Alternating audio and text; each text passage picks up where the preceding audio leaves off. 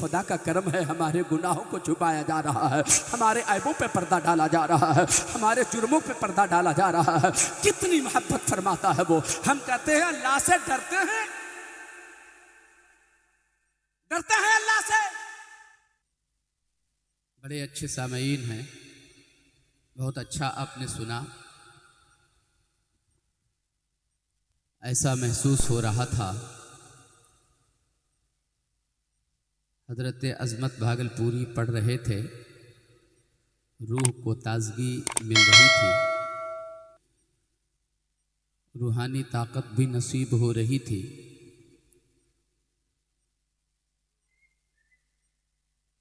अब वक्त ऐसा है कि हर आदमी अपने बिस्तर पे थोड़ी देर जाना चाहता है। ऐसे वक्त में आपसे कुछ बातें कहना गैर मुनासिब भी है, और मैं समझता हूँ कि अगर कुछ कह भी दिया जाए तो कोई फ़ायदा हासिल होने वाला भी नहीं है। उसके बावजूद एक जिम्मेदारी है और उसे अदा करके ही जाना चाहता हूँ।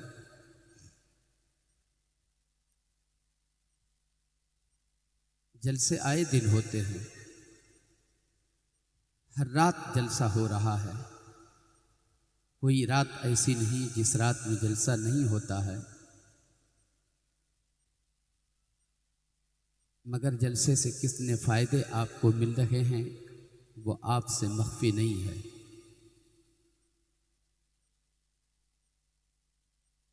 जलसे को हमने जलसा समझा नहीं, असल में ये हमारे लिए तरबियत गाह है, हमने इसकी कद्र नहीं की। सबसे पहली बात मैं आपको बताऊं, गौर से सुनिए। अगर आप लोगों को भी जाना हो तो आप जा सकते हैं, मुझे कोई तकलीफ़ भी नहीं होगी। ऐसा नहीं कि आप चले जाएंगे तो मुझे कोई तकलीफ़ होगी, मुझे बुरा भी नहीं लगेगा, क्योंकि ऐसा वक्त हो गया है कि अब आपको नींद आ रही होगी, आप सोना चाह रहे होंगे। आपसे ज़बरदस्ती अगर कुछ कहूँ मैं तो मैं समझता हूँ कि ये मज़ीद और तकलीफ़ देना है। अगर आप जाना चाहें तो जा सकते हैं, अगर कुछ लोग रहना चाहें तो थोड़ी देर की मेरी गुफ्तगू को आप सुन लें। हम मुसलमान हैं भाई, और एक मुसलमान को इतना जानना ज़रूरी है कि इस्लामी ज़िंदगी कैसे जिए। इस्लाम हमें जीने का क्या तरीक़ा सिखाता है, इस बात का इल्म एक मुसलमान को होना चाहिए। कैसे जिए, दीनी ज़िंदगी कैसे जिए, हम मजहबी ज़िंदगी कैसे जिए, इस्लामी ज़िंदगी हम कैसे जिए, और इस्लाम के मानने वालों को इस्लामी ज़िंदगी जीना है, कलमा पढ़ने वालों को इस्लामी ज़िंदगी जीना है, नबी के ग़ुलामों को मजहबी ज़िंदगी जीना है। कैसे जिए, इस्लाम हमें कैसे जिलाना चाहता है, इस्लाम खाने का तरीक़ा क्या बताता है, इस्लाम पानी पीने का तरीक़ा क्या बताता है, इस्लाम मुस्कुराने का तरीक़ा क्या बताता है, इस्लाम सफ़र करने का तरीक़ा क्या बताता है, इस्लाम दुकान चलाने का तरीक़ा क्या बताता है, इस्लाम हुस्न सुलूक का तरीक़ा क्या सिखाता है, इस्लाम बच्चों की तरबियत का तरीक़ा क्या सिखाता है। इस बात का जानना मुसलमान के लिए ज़रूरी है, और इन बातों को जानने के लिए पढ़ना ज़रूरी है। इसलिए कि इस्लामी ज़िंदगी जब हम जीना चाहेंगे तो उसके लिए एक आइडियल चाहिए। कैसे इस्लामी ज़िंदगी जिएंगे, एक ऐसी ज़िंदगी है जिसमें सारी चीज़ें पाई जाती हैं, वो ज़ात मोहम्मदुर रसूलुल्लाह की है, और वो ज़ात हमारे लिए आइडियल है, मगर हमारे सामने इस वक्त वो नहीं है। नबी की पूरी ज़िंदगी किताबों में महफूज है।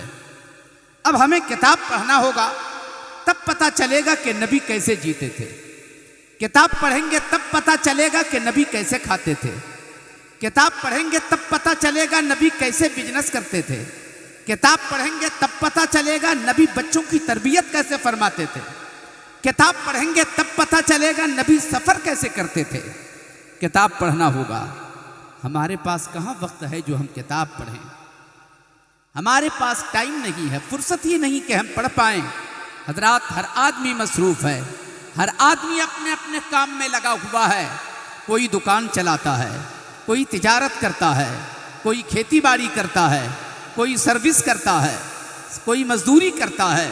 सबका अपना अपना काम है। गौर से मेरी 5 मिनट की गुफ्तगू को सुनिए आप। सबका अपना अपना काम है। सर्विस करने वाला 10 बजे ड्यूटी पे निकल जाता है। बिजनेस करने वाला सुबह होते ही वो सामान्य तिजारत लेकर अपने घर से निकल जाता है। दुकान चलाने वाला सुबह होते ही वो दुकान खोलकर बैठ जाता है। मजदूरी करने वाला किसी चौराहे पर जाकर किसी मालिक का इंतज़ार करता है। अपने घर से अपने वक्त के साथ हर आदमी निकलता है। शाम को थका हारा आदमी घर वापस आता है, रात भर आराम करता है, फिर सुबह अपने अपने काम में लग जाता है। कहाँ वक्त है कि हम किताबों का मुताला कर सकें। मुझे बताओ, इस्लामी ज़िंदगी कौन जिएगा? सिर्फ 15 साल का बच्चा जिएगा? नहीं, जो 15 साल की उम्र पा चुका है उसे भी इस्लामी ज़िंदगी जीना है। जो 30 साल की उम्र पा चुका है उसे भी इस्लामी ज़िंदगी जीना है। जो 50 साल की उम्र पा चुका है उसे भी इस्लामी ज़िंदगी जीना है। जो 70 साल की ज़िंदगी पा चुका है उसे भी इस्लामी ज़िंदगी जीना है। जो 80 साल की उम्र पा चुका है उसे भी इस्लामी ज़िंदगी मुझे जीना है। अब मुझे ईमानदारी के साथ बताइएगा, क्या 30 साल का आदमी कोई मकतब जा रहा है क्या? क्या 50 साल का आदमी कोई मदरसा जा रहा है क्या? क्या 80 साल का ज़ईफ़ कोई मकतब जा रहा है क्या? इस्लामी ज़िंदगी जीने के लिए पढ़ना होगा और पढ़ने के लिए किसी तरबियत गाह में जाना होगा। मगर हमारे पास ऐसा वक्त ही नहीं है जो हम पढ़ने के लिए जाएँ। मोहतरम दोस्तों और बुज़ुर्गों, जब 30 साल का आदमी मकतब नहीं जाएगा, 60 साल का आदमी मदरसा नहीं जाएगा, 80 साल का आदमी मदरसा नहीं जाएगा, लेकिन इस्लामी ज़िंदगी सबको जीना है, तो हम कैसे सीखेंगे और कहाँ जाकर सीखेंगे? सलाम करो उन बुजुर्गों को जिन लोगों ने ऐसी महफिलों को रिवाज दिया है। अल्लाह और रसूल के जिक्र के नाम पर थोड़ी देर लोगों को बुला लिया करो।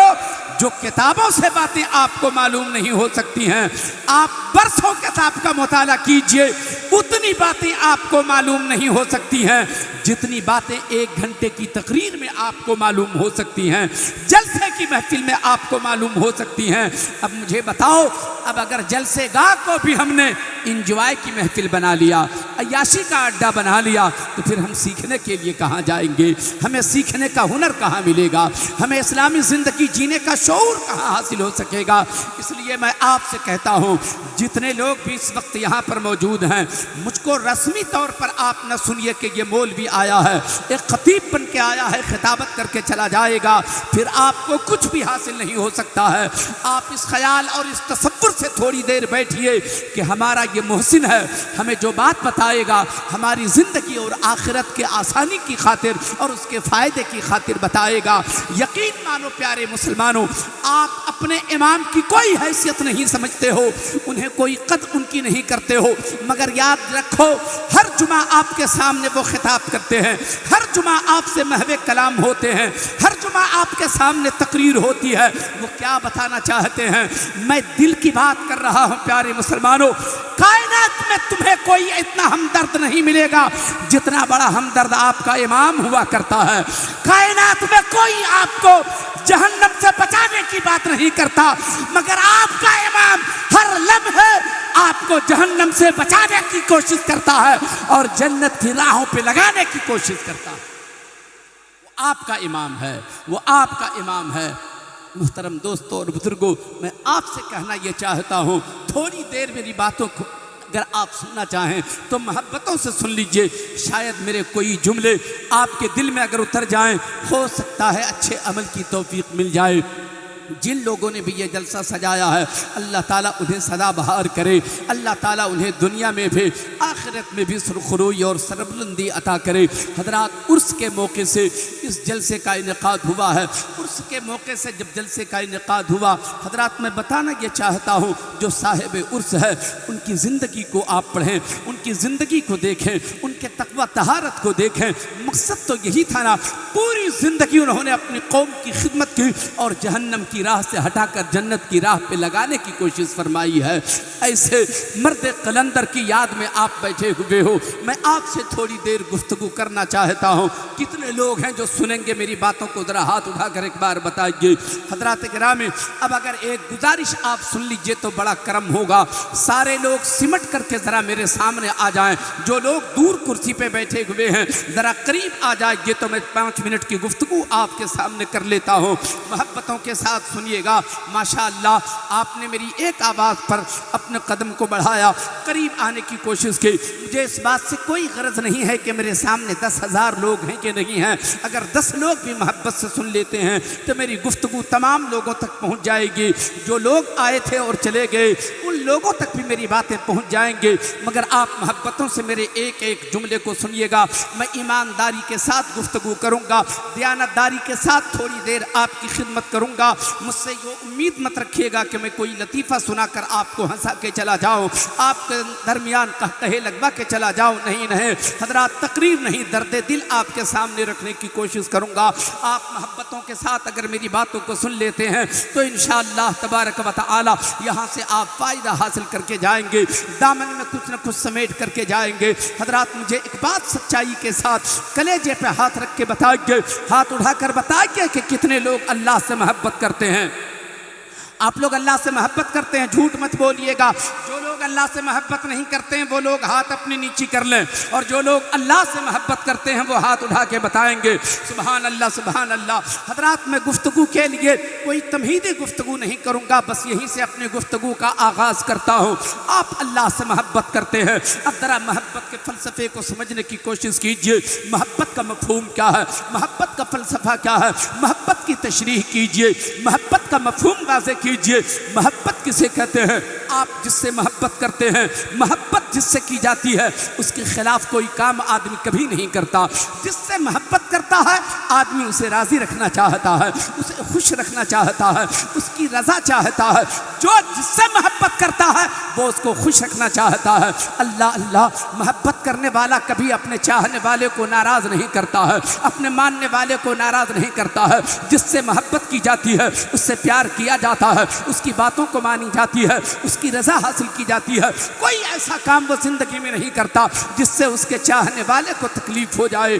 आप अल्लाह से मोहब्बत करते हो, आपकी भी ख्वाहिश यही होनी चाहिए हम कोई ऐसा काम ना करें जिससे मेरा खुदा नाराज़ हो जाए, इसलिए कि हम अल्लाह से मोहब्बत करते हैं। हज़रात, आप अल्लाह से भी मोहब्बत करते हैं, मगर सच बताइएगा क्या अपनी माँ से मोहब्बत नहीं करते हैं? आप कितने लोग करते हैं? हाथ उठा के बताएं। आप अल्लाह से भी मोहब्बत करते हैं, अपनी माँ से भी मोहब्बत करते हैं, अल्लाह से भी मोहब्बत करते हैं, अपने बाप से भी मोहब्बत करते हैं, अल्लाह से भी मोहब्बत करते हैं, अपनी बहन से भी मोहब्बत करते हैं, अल्लाह से भी मोहब्बत करते हैं, अपने भाई से भी मोहब्बत करते हैं, अल्लाह से भी मोहब्बत करते हैं, अपने यार से भी मोहब्बत करते हैं। अब मेरे दोस्तों, मुझे कह लेने दीजिए, अगर कभी आपकी बहन नाराज़ हो जाती है, बोलो आप अपनी बहन को मनाते हो कि नहीं मनाते हो? अगर भाई नाराज़ हो जाए तो भाई को मना लेते हो, माँ नाराज़ हो जाए तो माँ को मना लेते हो, बाप नाराज़ हो जाए तो बाप को मना लेते हो। ये क्यों मनाने की ज़रूरत क्यों पड़ रही है? इसलिए कि आप उनसे मोहब्बत करते हो। पता क्या चला, जो जिससे मोहब्बत करता है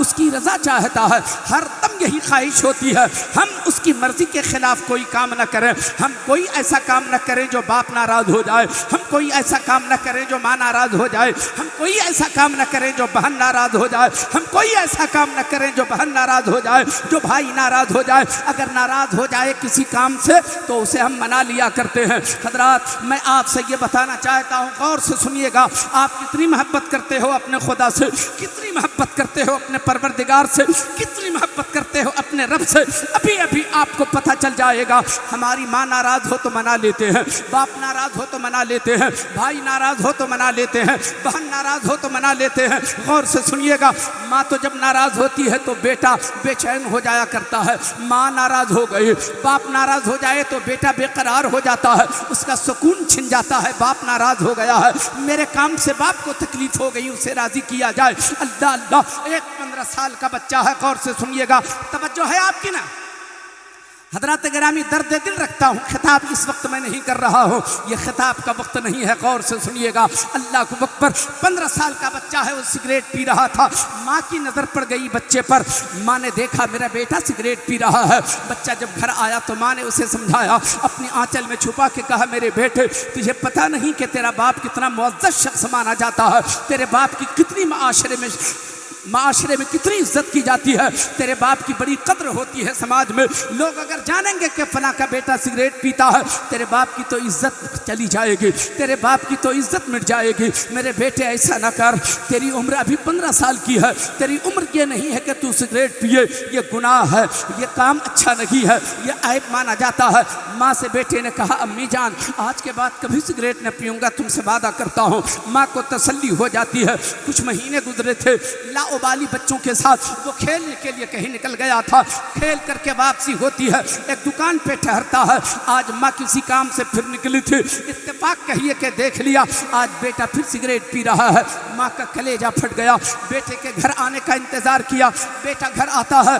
माँ नाराज होते हुए कहती है, ए मेरे बेटे मैं तुमसे बड़ा नाराज हूँ, मुझे तुमसे बात नहीं करनी है। अम्मा मैं जान रहा हूँ आज लगता है आपने फिर मुझे सिगरेट पीते हुए देख लिया है। अम्मा आपके सर की कसम खा के कहता हूँ आज के बाद कभी सिगरेट न पीऊँगा। हालांकि शरीयत में इस कसम का कोई एतबार नहीं है। शरीयत का हुक्म यह है कि जब भी कसम खाओ तो अल्लाह की कसम खाओ, लेकिन माँ की मोहब्बत में वो कसम खा रहा है, माँ तेरे सर की कसम खाता हूँ कभी सिगरेट न पीऊँगा।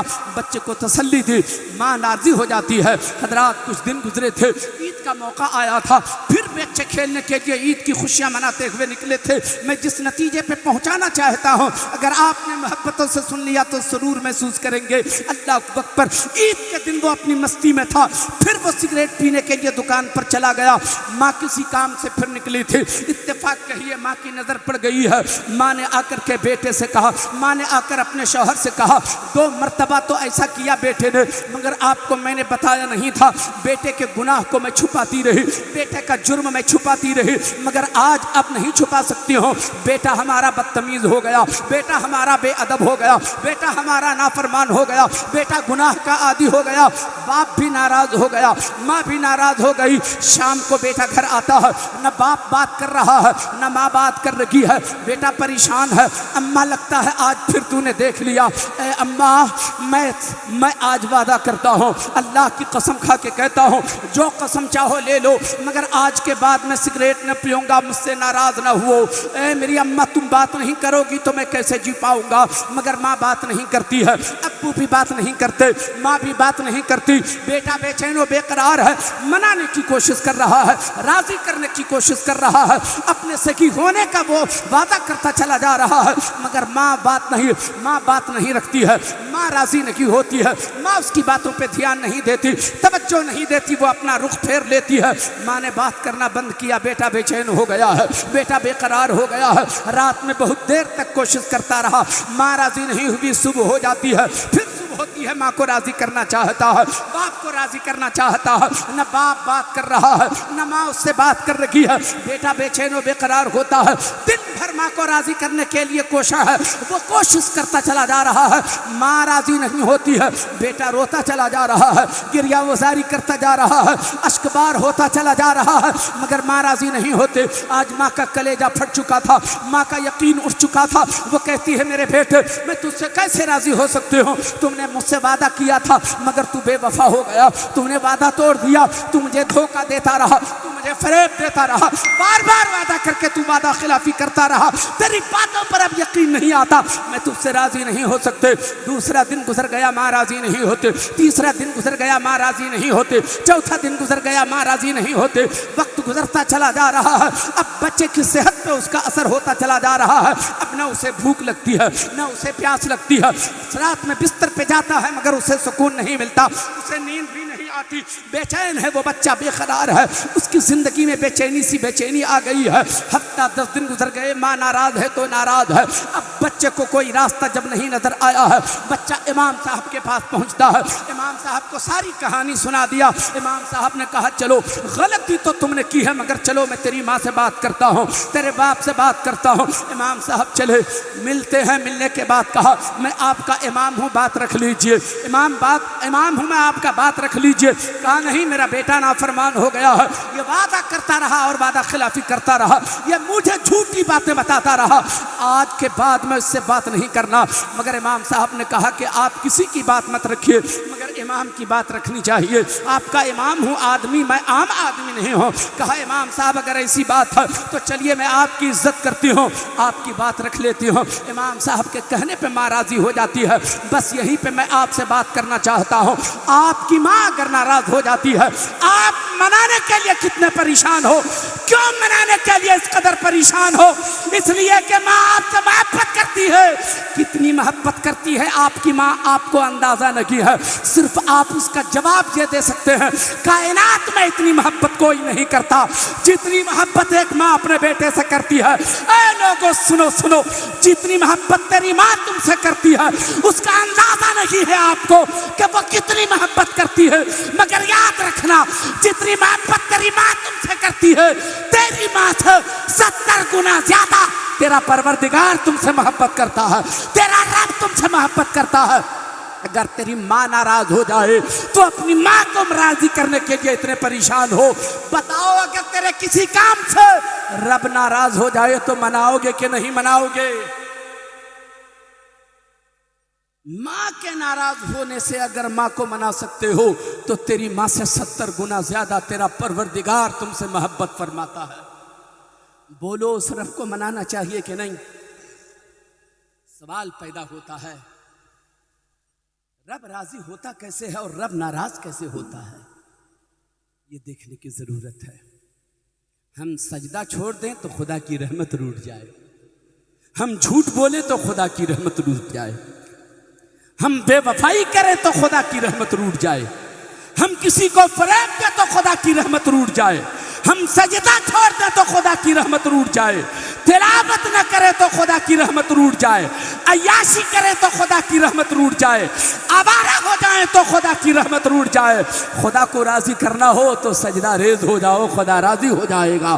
तिलावत के आदी हो जाओ, खुदा राजी हो जाएगा। सच्चाई का मतवाला हो जाओ, खुदा राजी हो जाएगा। मुहतरम दोस्तों और बुजुर्गों, हम जिक्र से दूर हो गए, हम खुदा की रहमत से दूर हो गए, हम खुदा की रहमत से दूर हो गए, हम जिक्र से दूर हो गए, हम सजदे से दूर हो गए, हम तिलावत से दूर हो गए। हमें रब का तो खौफ ही नहीं है, अल्लाह का तो डर ही नहीं है। मैं आपसे अगर सवाल करूं कि रब से डरना चाहिए कि नहीं डरना चाहिए, आप कहेंगे हाँ डरना चाहिए और डरते भी हैं। मगर आपको भी मैं बताता हूं कि कहां कहां आप रब से नहीं डरते हैं। हजरत गिरामी, आप अल्लाह से मोहब्बत करते हो, आपने कहा था अल्लाह से हम मोहब्बत करते हैं। कितने लोग मोहब्बत करते हैं? एक बार और हाथ उठा के बताइए। अगर आप रब से मोहब्बत करते हैं तो फिर मोहब्बत का तकाजा यह है कि अपने रब को नाराज नहीं होने देना है। सजदे के आदी हो जाओ, रब राजी हो जाएगा। तिलावत के आदी हो जाओ, रब राजी हो जाएगा। सच बोलने के आदी हो जाओ, रब राजी हो जाएगा। मुहतरम दोस्तों, हम इतनी मोहब्बत अपने रब से नहीं करते जितनी मोहब्बत हमारा परवरदिगार हमसे फरमाता है। भाई, ऐसी गुफ्तगू आप सुनने के आदी नहीं है, नहीं। आप ऐसी गुफ्तगू सुनते हैं जहां बलबला अंगेज खिताब हो और रात भर सिर्फ नारे में लगा करके हम गुजार दें। मैं नारे का मुखालिफ नहीं हूं, मगर जलसे में क्या होना चाहिए? जलसे का मकसद ये होता है एक इंसान को इंसान बना दिया जाए, झूठे को सच्चा बना दिया जाए, बेनमाजी को नमाजी बना दिया जाए, बदकिरदार को नेकोकार बना दिया जाए, जो रास्ते से भटक गया हो उसे रास्ते पे लाके खड़ा कर दिया जाए। ये जलसे का मकसद हुआ करता है। हजरात, मैं भी चाहूँ तो आपसे ये कहूँ कि कहीं से उठ के नारा लगाइए, कोई ना कोई तो नारा लगा ही देगा। मगर मैं आपसे कहता हूँ, मैं नारे का मुखालिफ नहीं हूँ, मगर इससे फायदा क्या मिल रहा है मुझको? मैं आपसे ये कहता हूँ, अगर आपके दिल में खुदा से मोहब्बत है, आपको अगर खुदा से मोहब्बत है, तो सिर्फ और सिर्फ खुदा से मोहब्बत करने वाले खुदा की बारगाह में सजदारेज होने के आदी हो जाना चाहिए। तब समझा जाएगा आप खुदा से मोहब्बत करते हो। हम कुछ नहीं करते, सिर्फ हम दावा करते हैं कि हम रब से मोहब्बत करते हैं। रब हमसे मोहब्बत करता है, रब हमसे सच्ची मोहब्बत फरमाता, ऐसी मोहब्बत जो उस मोहब्बत बेलौस मोहब्बत है। क्या मिलेगा अगर रब हमसे मोहब्बत फरमाता भी है तो क्या मिलेगा? क्या मिलेगा रब को? सजदा तो हम कर भी नहीं पा रहे, हम गुनाह कर रहे हैं फिर भी मोहब्बत फरमा रहा है, हम नाफरमानी कर रहे हैं फिर भी मोहब्बत फरमा रहा है, हम झूठ बोल रहे हैं फिर भी हमसे मोहब्बत फरमा रहा है। मोहतरम दोस्तों, जरा सोच के तो देखिए मेरे दोस्त, कितनी मोहब्बत फरमाता है वो, इतनी मोहब्बत फरमाता है वो हम गुनाहगारों से। हम गुनाह पे गुनाह किए चले जा रहे हैं, हमें वो रोज़ी देता चला जा रहा है, हमें प्यास लगती है पानी अता फरमाता चला जा रहा है, भूख लगती है रोज़ी का इंतज़ाम फरमा देता है, कपड़ा बदन पे लिबास चाहिए उसका इंतज़ाम फरमा देता है। ये उसकी करम नवाजी नहीं तो और क्या है, उसकी रहमत नहीं तो और क्या है, या उसकी मोहब्बत नहीं तो और क्या है। हज़रात ज़रा सोच के देखो वो कितनी मोहब्बत फरमाता है। हम माँ के पेट में होते हैं, अभी हमने जन्म भी नहीं लिया है, अल्लाह हमें वही जिंदा रखता है, वही रोज़ी भी अता फरमाता है। कितनी मोहब्बत फरमाता है वो। अल्लाह अल्लाह, इस मोहब्बत से खुदा को कोई फ़ायदा नहीं मिलता, फिर भी हमसे वो मोहब्बत फरमाता है कि ये बंदे मेरे हैं, गुनहगार हैं मगर बंदे मेरे हैं, खताकार हैं मगर बंदे मेरे हैं, इसियां शार हैं मगर बंदे मेरे हैं। हज़रात जी लगाएं तो एक जुमला आपकी अदालत में रखता हूँ। हम पैदा होते हैं, जैसे कि पैदा हुए अभी तो 2 घंटा पहले पैदा हुए थे, 2 घंटे की उम्र हमारी है, मगर बोलो हमें जीना है कि नहीं जीना है? जो अभी पैदा हुआ 2 घंटा पहले, उसे जीना है? जीना है।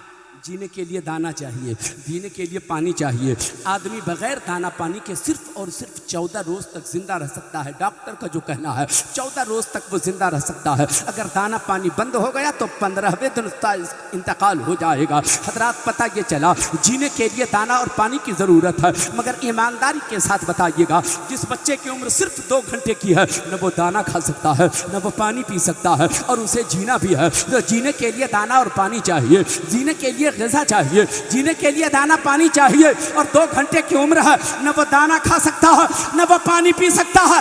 अल्लाह कितनी मोहब्बत फरमाता है। जिस माँ ने बच्चे को जन्म दिया, उसी माँ की छाती में ऐसी ग़िज़ा उतार दिया कि माँ का दूध पी लो तो दाना की ताकत भी मिल जाएगी और पानी वाली प्यास भी बुझ जाएगी। प्यास लगी हो तो माँ का दूध पी लो, तेरी प्यास भी बुझ जाएगी। भूख लगी हो तो खाना खा लो, माँ का दूध पी लो, तुझे खाना भी मिल जाएगा। अल्लाह ने माँ के दूध में ग़िज़ाइयत भी रखा है, माइयत भी रखा है। अल्लाह इतनी मोहब्बत हमसे फरमाता है, हमें कैसे ज़िंदा रखा जाएगा। और थोड़ा बड़ा होते हैं, हम बड़ा होते हैं, अब सब्ज़ी हम खाने लगते हैं, ठोस ग़िज़ा खाने लगते हैं, रोटी खाने लगते हैं, हम चावल खाने लगते हैं। हज़रात ठोस ग़िज़ा इस्तेमाल करने लगते हैं। गर्मी के मौसम में इंसान ठंडी चीज़ों का इस्तेमाल चाहता है। जुमले पे गौर कीजिएगा, गर्मी के मौसम में ठंडी चीज़ों का इस्तेमाल करना चाहता है, और सर्दी के मौसम में गर्म चीज़ों का इस्तेमाल करना चाहता है। हज़रात अल्लाह कितनी मोहब्बत फरमाता है। जब सर्दी का मौसम आता है, ज़मीन से ऐसी सब्जियां अल्लाह ताला उगाता है हम जैसे बंदों के लिए, हम गुनहगारों के लिए। सर्दी के मौसम में जो सब्जियां ज़मीन से उगाता है, उसका असर गर्म होता है। सुभान अल्लाह, उसका असर गर्म होता है। और जो गर्मी के मौसम में ज़मीन से सब्जियां उगाता है, उसका असर ठंडा होता है। कितनी मोहब्बत फरमाता है अल्लाह हमसे, हम जैसे गुनहगारों से। और सुनो, गर्मी के मौसम में अगर तुम चापानल दबाओ नहाने के लिए तो ठंडा पानी निकलता है, ठंडी के मौसम में दबाओ तो गर्म पानी निकलता है। कितनी मोहब्बत फरमाता है परवरदिगार हम जैसे गुनहगारों से। सोच के देखिए ना भाई, वो कितनी मोहब्बत फरमाता है। हम कहाँ मोहब्बत करते हैं? अगर मोहब्बत कर रहे होते तो हम भी उस रब के लिए कुछ कर रहे होते, हम भी उस पाक परवरदिगार के लिए कुछ कर रहे होते। हम कुछ नहीं करते हैं, सिर्फ वही हमसे मोहब्बत फरमाता है। हम मोहब्बत नहीं करते। हम अगर मोहब्बत कर रहे होते, सजदा हमसे नहीं छूटता। हम अगर रब से मोहब्बत कर रहे होते, तिलावत हमसे नहीं छूटते। किसी फ़कीर से किसी ने पूछ लिया था, तवज्जो है आपकी ना? सुनेंगे? कितने लोग सुनेंगे? हाथ उठा के बताइए। हजरात मैंने पहले कहा था कि मेरे सामने कितने लोग हैं, इससे मुझे कोई फर्क नहीं पड़ता है। आप बस चंद बातें मेरी सुन लीजिए। एक फ़कीर से किसी ने पूछा, हाजी साहब किसी से पूछा कि बताइए मोमिन कौन होता है और काफिर कौन होता है? तो उस फ़कीर कामिल ने कहा, उस मर्द कलंदर ने कहा, उस अल्लाह वाले ने कहा, तुम जानना चाहते हो कि मोमिन कौन होता है और काफिर कौन होता है? ये तो बड़ा आसान है। कहा आसान है तो बता क्यों नहीं देते, आसान है तो समझा क्यों नहीं देते। कहा जानना चाहते हो तो सुनो, जो काफिर होता है वो अपने मन का काम करता है, वो अपनी मर्जी का काम करता है, वो अपनी तबीयत का काम करता है, जो जी में आता है वो कर लेता है, जो तबीयत में आती है वो कर लेता है, जो ख्याल होता है वो कर लेता है। उसका अपना इरादा होता है, अपने इरादे से सब काम करता है, अपने ख्याल से हर काम करता है, अपनी तबीयत से हर काम करता है, अपनी नीयत से हर काम करता है। उसकी मर्जी जो होती है वो कर लेता है। झूठ बोलने की तबीयत चाहती है बोल लेता है, गुनाह करने की तबीयत चाहती है कर लेता है, अय्याशी की तबीयत चाहती है अय्याशी कर लेता है, आवारगी की तबीयत चाहती है आवारगी कर लेता है, वो शराब नोशी की तबीयत चाहती है शराब पी लेता है, वो जुआ की तबीयत चाहती है वो जुआ खेल लेता है, वो सेना की तबीयत चाहती है फाहिशा के अड्डे पे चला जाता है। जो उसकी तबीयत होती है वो कर लेता है। जो काफिर होता है वो अपने मन की बात करता है, जो काफिर होता है वो अपनी तबीयत की बात करता है, वो अपनी मर्जी का काम करता है, वो अपनी तबीयत का काम करता है। जो काफिर होता है वो अपनी मर्जी से जीता है, और जो मोमिन होता है अपनी जिंदगी का एक एक लम्हा रब की मर्जी पे छोड़ देता है, रब की मर्जी पे छोड़ दे। फैसला कीजिए। मैं तो आपसे ये नहीं कहता कि आप काफिरों वाली जिंदगी जी रहे हो, नहीं कहता मैं, मगर सोच के देखो ना कि आप क्या कर रहे हो। हमारी भी तबीयत में जो आ रही है वो कर लिया करते हैं। बोलो प्यारे मुसलमानों, ये तो खुदा का करम है, हमारे गुनाहों को छुपाया जा रहा है, हमारे ऐबों पे पर्दा डाला जा रहा है, हमारे जुर्मों पे पर्दा डाला जा रहा है। कितनी मोहब्बत फरमाता है वो। हम कहते हैं अल्लाह से डरते हैं, डरते हैं अल्लाह से। कितने लोग डरते हैं? कहते तो हैं हम कि हम डरते हैं, मगर नहीं डरते। अब आप लोग कलकत्ता में क्या करते हैं भाई? मैं तो आपके यहाँ पहली बार आया हूँ, मुझे क्या पता। हमने गांव समाज का जायजा लिया, इस नतीजे पे पहुंचा कि ये बंदा कहता तो है कि हम रब से डरते हैं, मगर वो डरता नहीं, वो झूठ बोलता है।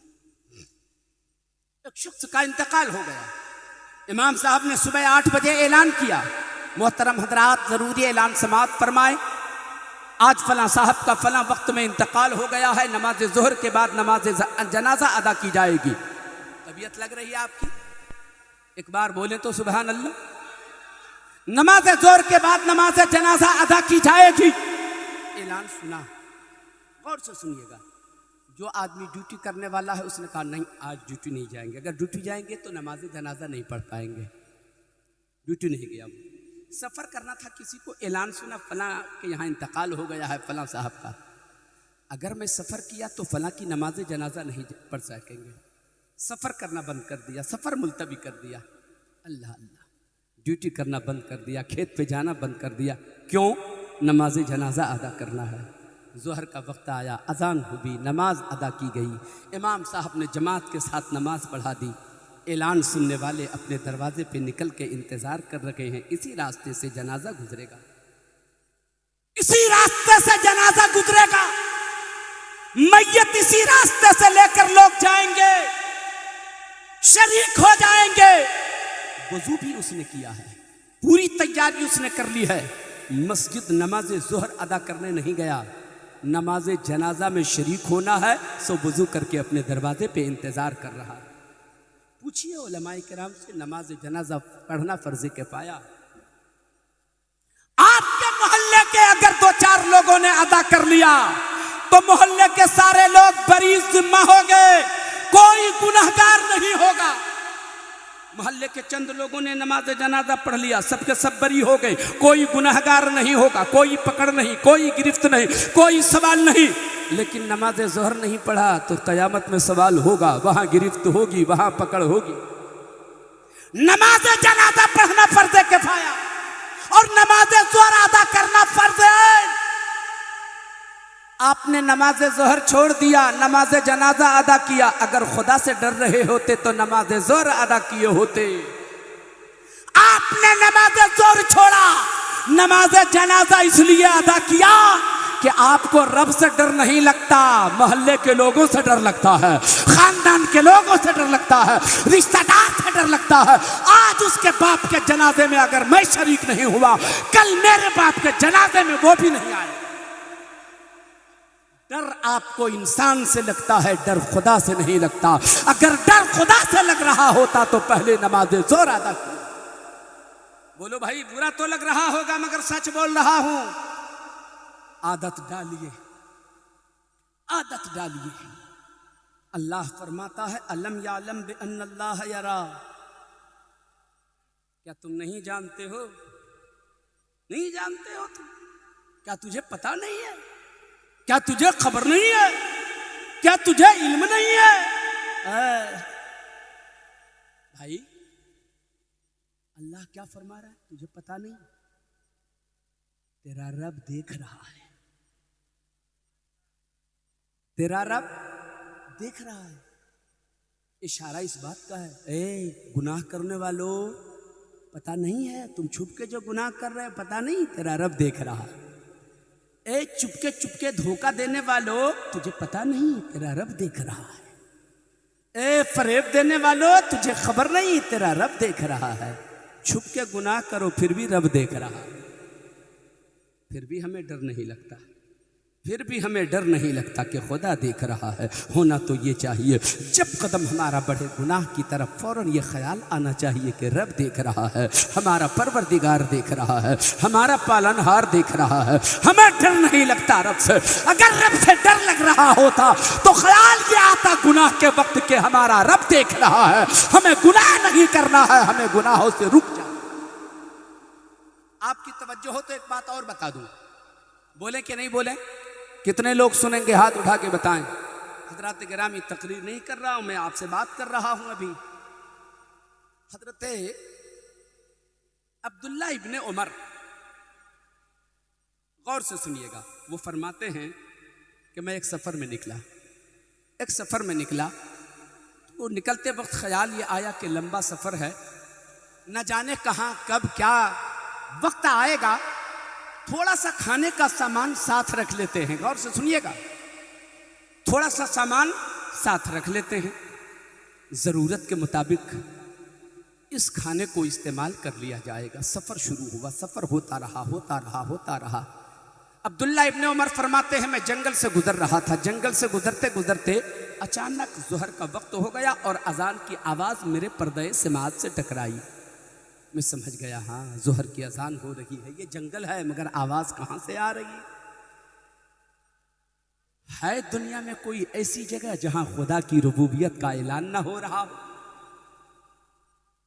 अजान की आवाज़ आई, उन्होंने फौरी तौर पे फैसला लिया कि चलो सबसे पहले नमाज अदा करते हैं। सफ़र में जा रहे हैं, सफ़र कर रहे हैं, जंगल है, अगर पानी मयस्सर हुआ होगा तो वज़ू किया होगा, पानी मयस्सर ना हुआ होगा तो तयम्मुम किया होगा, मगर नमाज ज़ोहर अदा कर ली। और नमाज से फारिग होकर खाना उन्होंने निकाला कि अब तो भूख लग गई है, अब तो दोपहर का वक्त हो गया। खाना निकाला ही था कि उसी जंगल में देखा एक नौजवान है, बकरियों के पीछे दौड़ रहा है। रेवड़ से बकरी निकलती है, जवान दौड़ता है, उसे समेट के लाता है, रेवड़ में लाके जमा करता है, दूसरी बकरी बिदक के भाग जाती है, दूसरी को पकड़ के लाता है, तीसरी निकल के भाग जाती है, तीसरी को पकड़ के लाता है, चौथी भाग जाती है। पसीने पसीने बकरियों के पीछे दौड़ते दौड़ते मंजर सारा देखते रहे अब्दुल्ला इब्ने उमर। फरमाते मैं देखता रहा, फैसला लिया ये नौजवान है मगर पेशानी से सजदे का नूर बरस रहा है। सुभान अल्लाह। कहा कि ये तो परेशान है, ये किसी का नौकर मालूम होता है, किसी का गुलाम मालूम होता है, बकरियों के पीछे दौड़ रहा है। भूख तो इसे भी लगी होगी, दोपहर की चिलचिलाती हुई धूप है, यहाँ कोई पुरसाने हाल नहीं, कोई मददगार नहीं, कोई सहारा देने वाला नहीं। ऐसा करता हूँ इसे बुला लेता हूँ, साथ में खाना खा लेता हूँ। भूख तो इसे भी लगी होगी। नौजवान को बुलाया, करीब हुआ, कहा सुनो आओ, तुम्हें भी भूख लगी होगी, मुझे भी भूख लगी है, आओ मिल के खाना खा लेते हैं। अब्दुल्ला इब्ने उमर फरमाते हैं मैंने जैसे ही कहा कि आओ खाना खा लो, नौजवान ने कहा मैंने रोज़ा रखा है। और जरा मोहब्बत से बोलिए, मैंने रोज़ा रखा है। अब्दुल्ला इब्ने उमर फरमाते हैं या अल्लाह, रमज़ान का महीना भी नहीं, नफली रोज़ा रखने का कोई मौका भी नहीं दिखता, ये रोज़ा रखा है। कहीं ऐसा तो नहीं कि अपने तकवे का धौंस जमा रहा हो, ज़रा जायज़ा ले लिया जाए, इसका इम्तिहान ले लिया जाए। अब्दुल्ला इब्ने उमर फरमाते हैं, नौजवान सुनो, तुम बकरियों के पीछे जो भाग रहे हो, एक बकरी मेरे हाथ बेच दो, मैं उसकी कीमत तुझे दे देता हूं।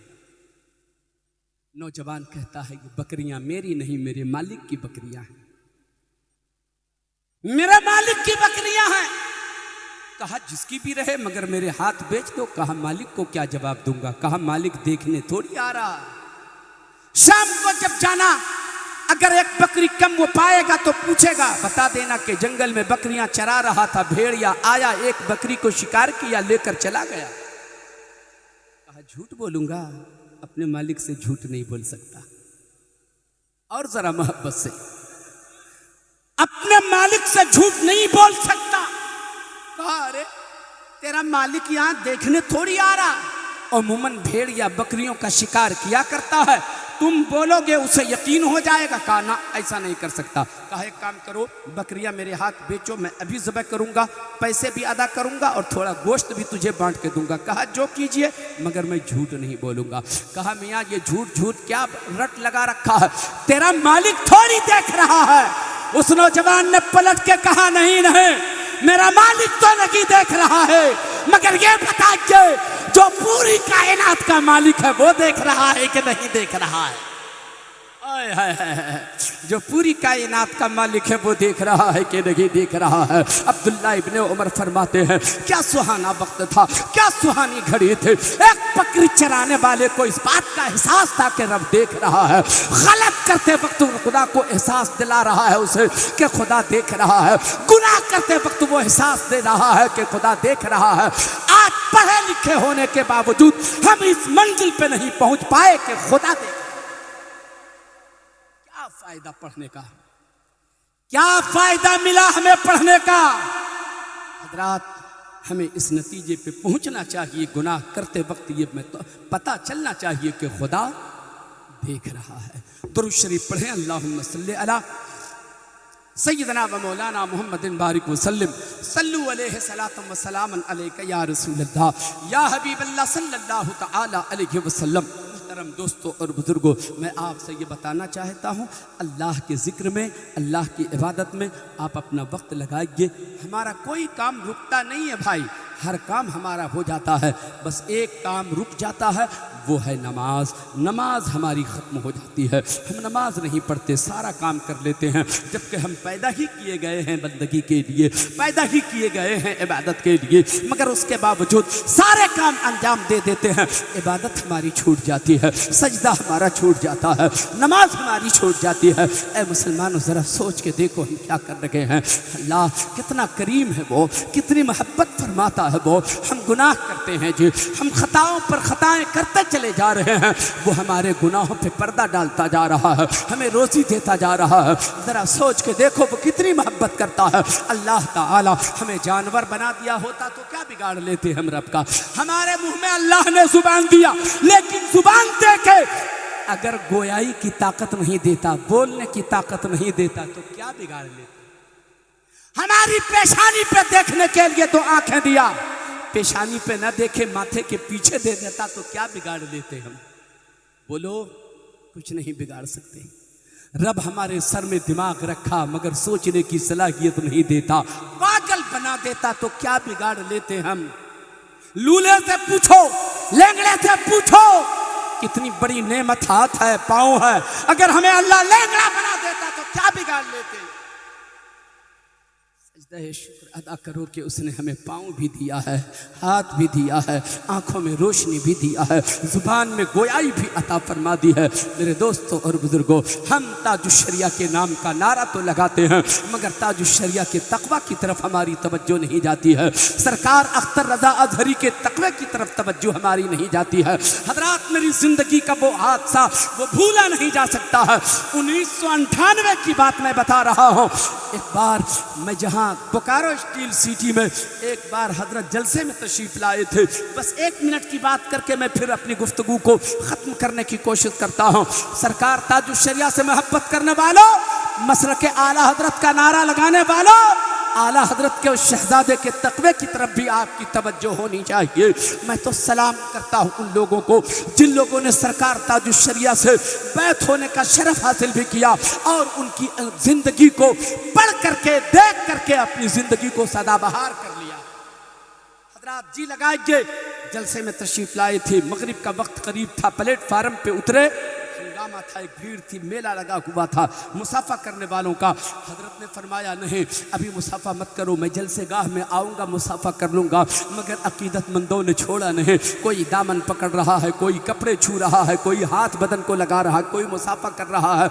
हजरत बार बार ये कह रहे हैं मेरा रास्ता छोड़ दो, मगरिब का वक्त आ रहा है, मगरिब की नमाज मेरी चली जाएगी, असर अभी तक मैंने नहीं पढ़ा है, असर जाके पढ़ूंगा, फिर मगरिब की अजान हो जाएगी, मगरिब पढ़ लेने दो। अकीदतमंदों ने रास्ता रोके रखा, जाने नहीं दिया।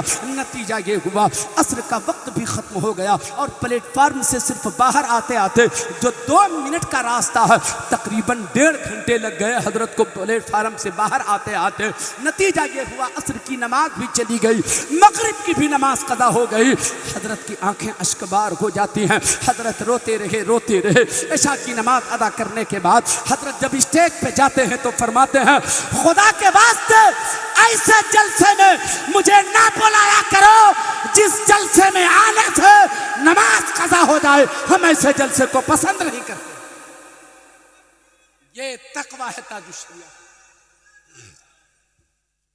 हजरात कहाँ हैं हम, क्या करते हैं जी?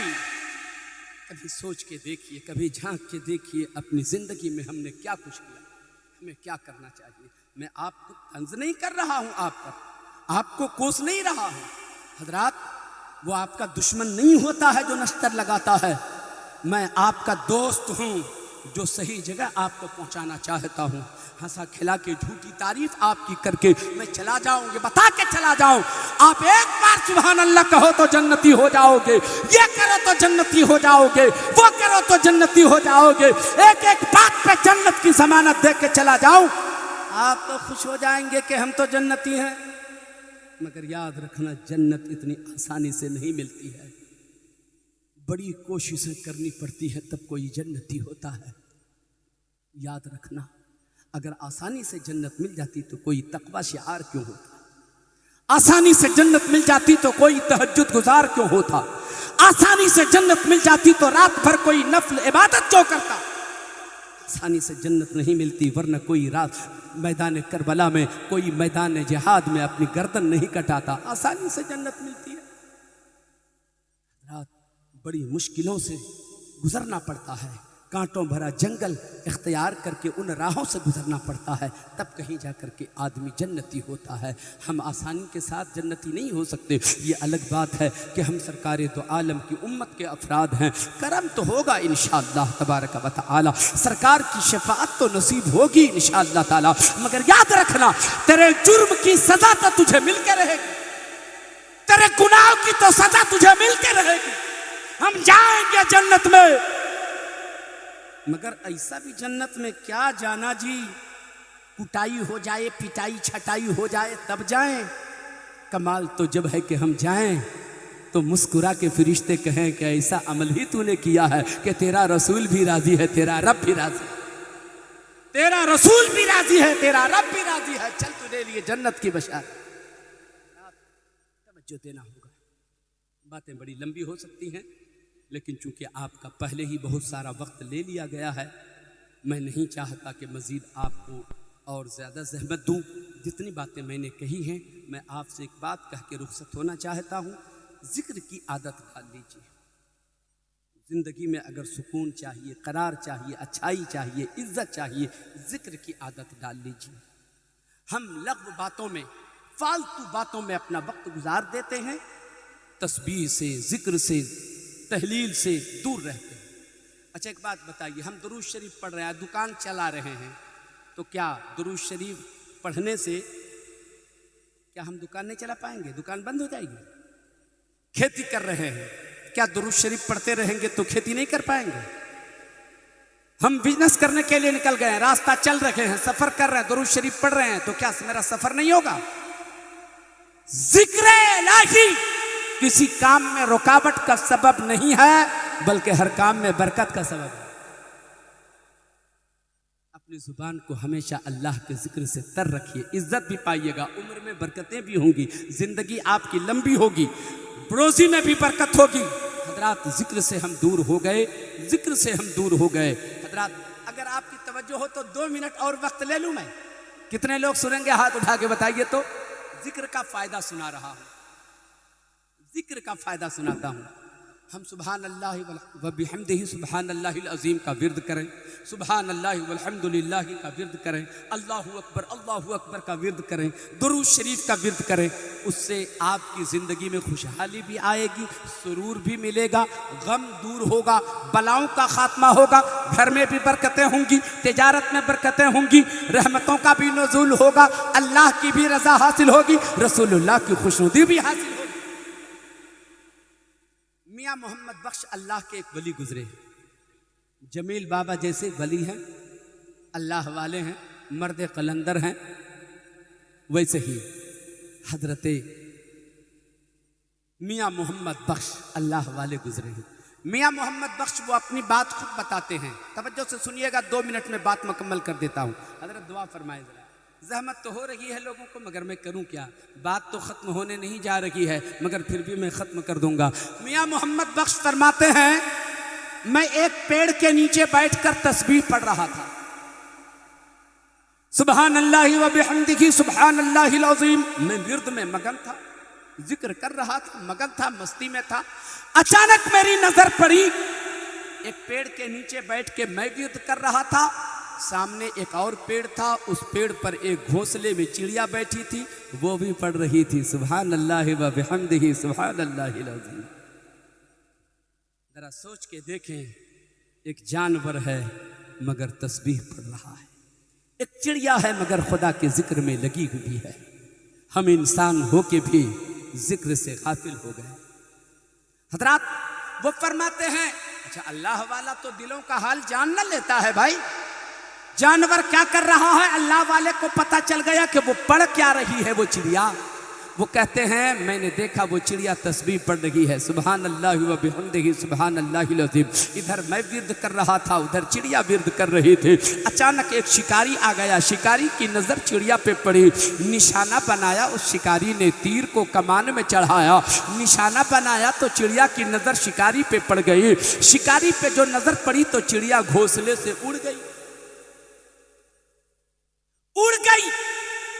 शिकारी ने कमान से तीर हटाया, बैठ गया, इस ख्याल से बैठा। मियाँ मोहम्मद बख्श फरमाते हैं, मैं चिड़िया के दिल का भी हाल मालूम करता रहा और ये शिकारी क्या सोच रहा है ये भी मालूम करता रहा। शिकारी इधर ये सोच के बैठ गया, अच्छा उड़ तो गई है मगर तेरा ही घर है, आएगी तो जरूर ना, बैठेगी तो यही ना, फिर तो शिकार करूंगा, ये सोच के वो शिकारी बैठ गया।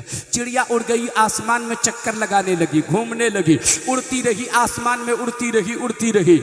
ये सोच के उड़ती रही कि मैं उड़ती रहूंगी तो ये निशाना बना ही नहीं पाएगा, शिकार कर न सकेगा, मेरी जान ले न सकेगा। उड़ती रही, उड़ते उड़ते उसकी नज़र आसमान की तरफ जाती है तो क्या देखती है वो चिड़िया, जिस ऊंचाई पे वो चिड़िया उड़ रही है उससे थोड़ी और ऊंचाई पर एक बाज भी उड़ रहा है।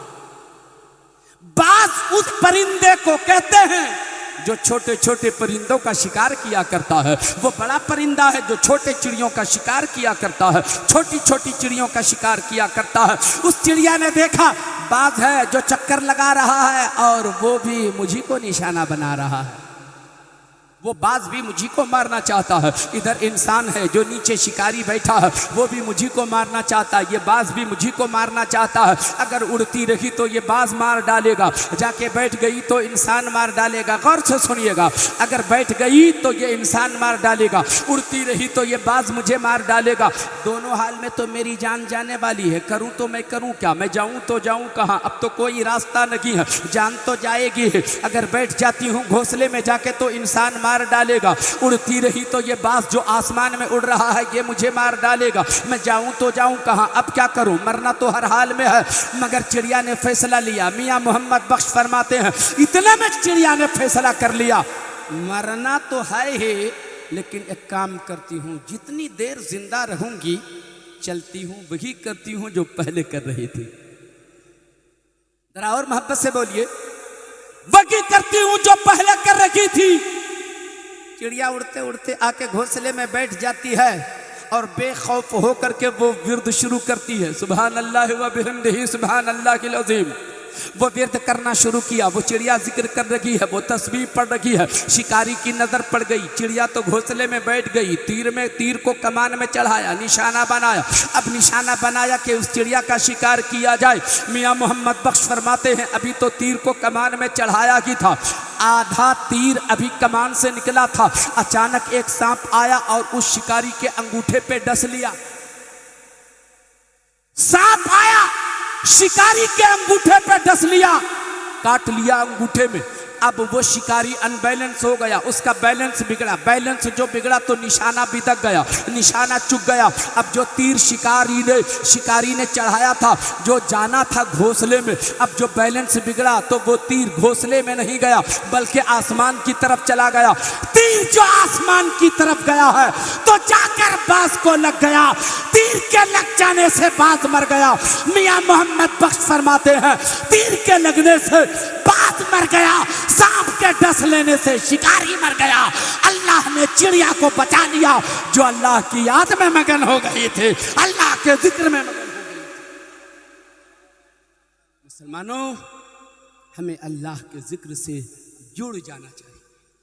कभी जिक्र का मजा मिल जाए ना तो फिर आप जिक्र से दूर न रहोगे, जिक्र से गाफिल न रहोगे। अफसोस यही है कि हम जिक्र की तह तक पहुंच नहीं पाए हैं। जिक्र में जो लुत्फ है, जिक्र में जो मज़ा है, जिक्र में जो सुरूर है, खुदा की कसम खा के कहता हूं, दुनिया की किसी चीज़ में वो सुरूर नहीं है जो अल्लाह के नाम लेने में सुरूर है। अल्लाह के नाम लेने में सुरूर है। अल्लाह फरमाता है, अलम यालम बिअन्नल्लाह यरा, क्या तुम नहीं जानते हो, तुझे पता नहीं है कि तेरा रब देख रहा है। कभी कभी तो छुप के गुनाह करते ही होंगे, करते हैं कि नहीं करते? छुप के गुनाह करते हैं। मैं आपसे कहता हूं ना, छुपने की ज़रूरत नहीं है।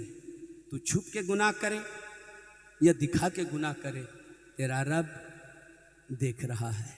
डरना है उस रब से जिससे डरने का हमें हक दिया गया है। अल्लाह ताला हम सब पे फजल फरमाए, अपनी रहमतों का सवेरा रखे। अल्लाह ताला हमारे गुनाहों को मुआफ़ फरमाए, नेकियों की आदत अल्लाह ताला हम में डाल दे। मैंने जो कुछ कहा, कहने में कोई लफ्ज़िश, कोई ख़ता हो गई हो तो रब की बारगाह में अपनी ख़ताओं से तौबा करता हूँ।